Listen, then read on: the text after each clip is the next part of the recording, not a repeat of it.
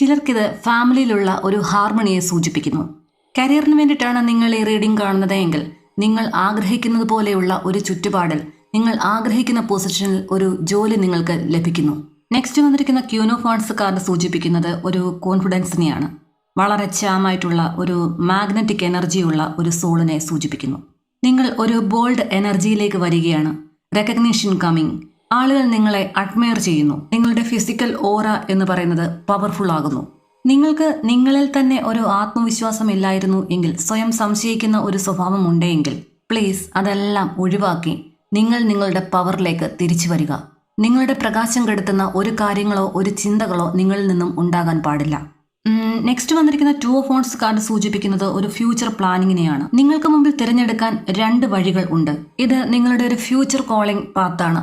നന്നായി ആലോചിച്ച് നിങ്ങൾക്ക് ഏറ്റവും ബെറ്ററായ ഒരു പാത്ത് തിരഞ്ഞെടുക്കുക.